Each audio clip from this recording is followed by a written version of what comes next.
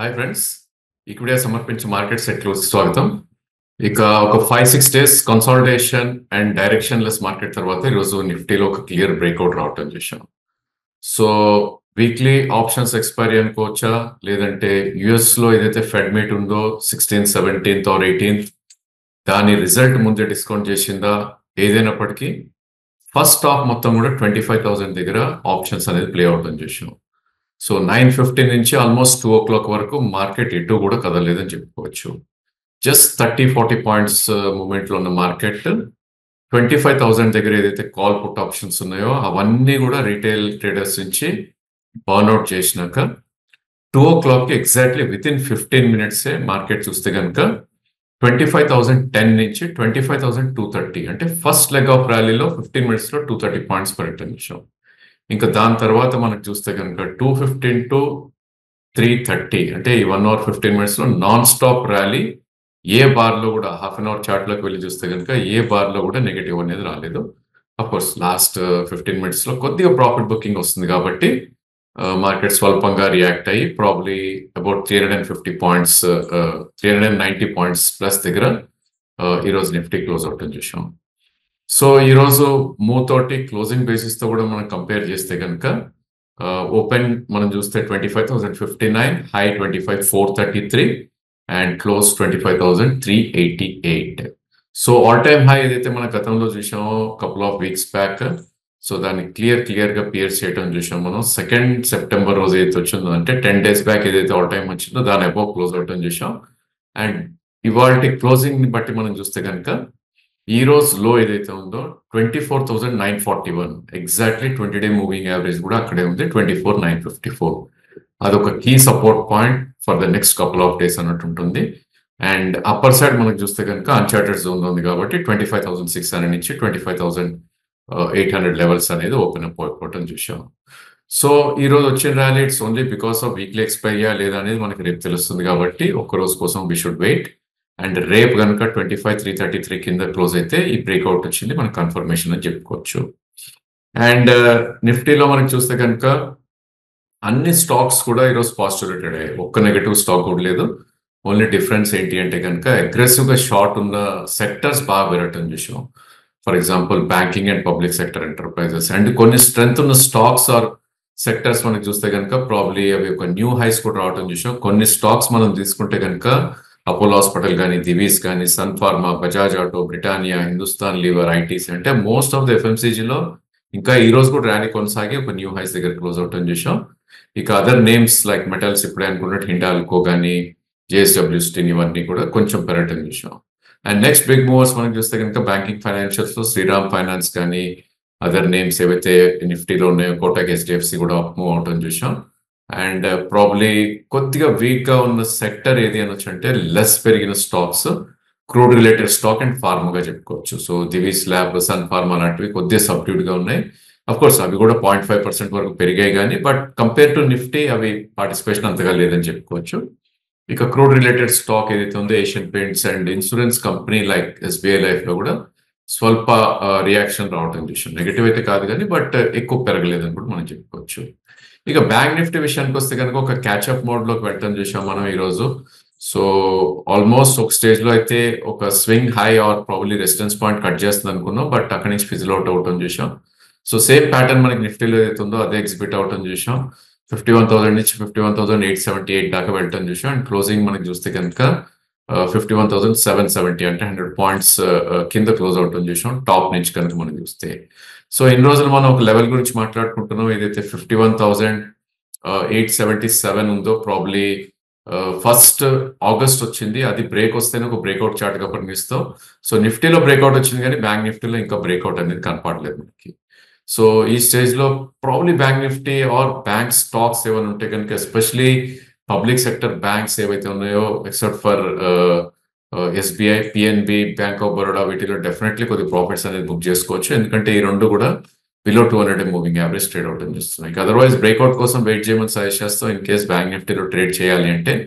So 51,900 పైనే fresh longs అనేది తీసుకోవాలి. మేబీ దాని తర్వాత ఆల్ టైమ్ హై ఏదైతుందో 53,357 దాకా వెళ్ళే ఛాన్సెస్ ఉంటుంది. సో ఇవాళ పెరిగిన బ్యాంక్ స్టాక్స్ లో మనకి చూస్తే కనుక బిగ్గెస్ట్ మూవర్స్ కోటక్ అండ్ ఎస్బీఐగా చెప్పుకోవచ్చు. అరౌండ్ 2.3% దాకా పెరగటం చూసాం. ఇంకా నెక్స్ట్ బిగ్ మూవ్స్ లో bank of Baroda, IDFC first, IndusInd bank, axis bank, PNB, HDFC ఇవన్నీ కూడా 1% ప్లస్ లో క్లోజ్ అవటం చూసాం. సో సోల్ లూజర్ మనకి బ్యాంక్ నిఫ్టీలో చూస్తే కనుక ఏయూ బ్యాంక్ ఈ రోజు, అది కూడా వెరీ వెరీ లెస్ మార్జిన్ లో. సో 0.05% ఆర్ మేబీ ₹2 లోనే కొద్దిగా నెగటివ్ క్లోజ్ అవటం చూసాం. ఇక ఎఫ్&ఓ స్పేస్ లో మనం వెళ్ళి చూస్తే కనుక క్లియర్ రిఫ్లెక్షన్ ఆఫ్ నిఫ్టీ ఏ కాంపోనెంట్స్ అయితే పర్ఫామ్ చేసాయో, మేబీ బ్యాంక్ నిఫ్టీ ఆ రెండు కూడా ఇక్కడ కూడా మంచి పర్ఫార్మెన్స్ ఇవ్వటం చూసాం.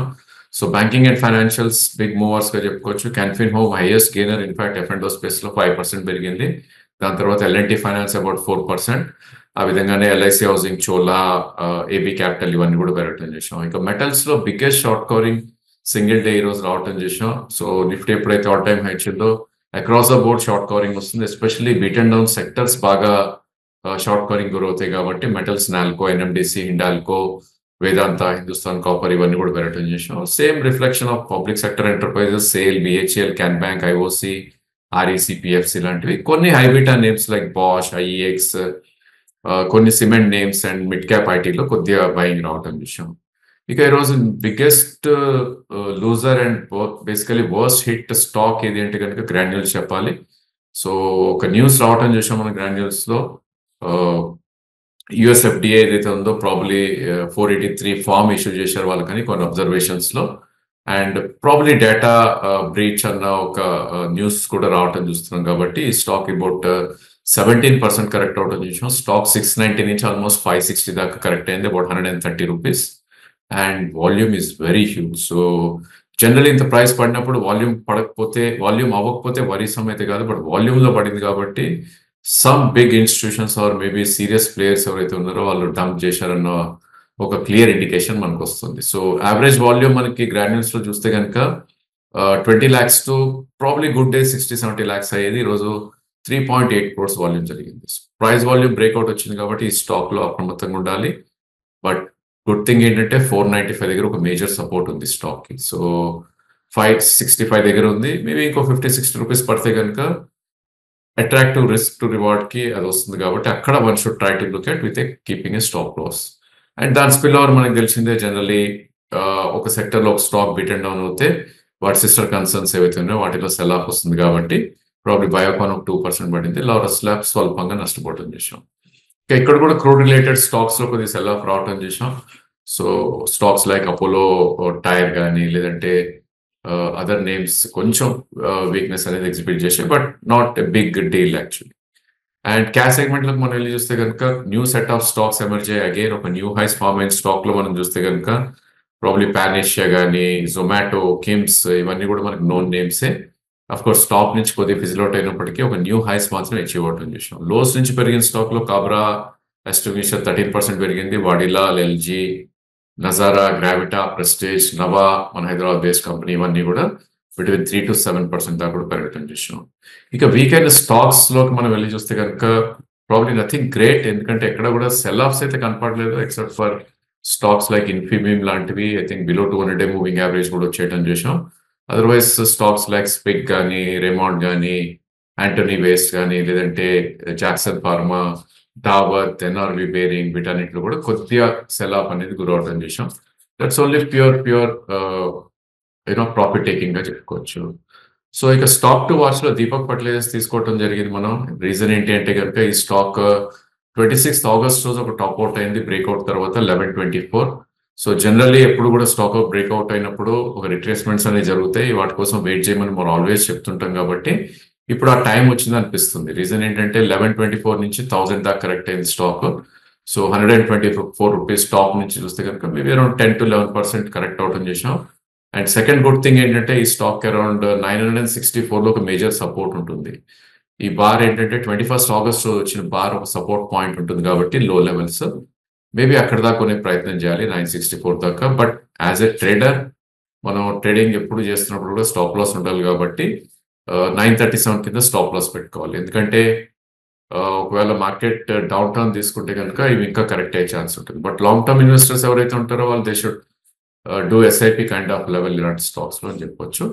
అండ్ అప్ సైడ్ టార్గెట్ మనం చూస్తే కనుక ప్రీవియస్ హై కూడా డెఫినెట్లీ బ్రీచ్ అయ్యి మేబీ 1180 1200 కూడా వెళ్ళే ఛాన్స్ ఉంటుంది. అంటే ఈ లెవెల్ నుంచి కూడా 200 rupees up side and 40 rupees down side కాబట్టి ఆర్ 60 రూపీస్ డౌన్ సైడ్ కాబట్టి మేబీ డిప్స్ లో ఉంటే ఆ రిస్క్ టు రివార్డ్ అనేది ఇంకా ఫేవరబుల్ గా అవుతుంటుంది.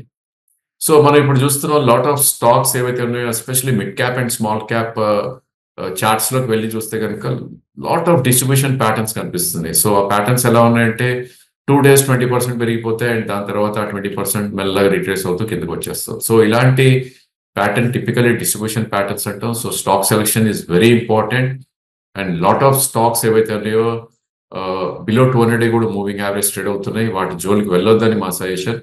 అండ్ ఒకవేళ వెళ్ళినా కూడా స్ట్రక్ అయితే కనుక పుల్ బ్యాక్స్ వచ్చినప్పుడు వీక్స్ లోంచి ఎగ్జిట్ అయ్యి స్ట్రెంత్ బై చేస్తే దట్స్ ఎ గుడ్ ఐడియా అని మా ఉద్దేశం. That's all for today. Thank you for watching the video.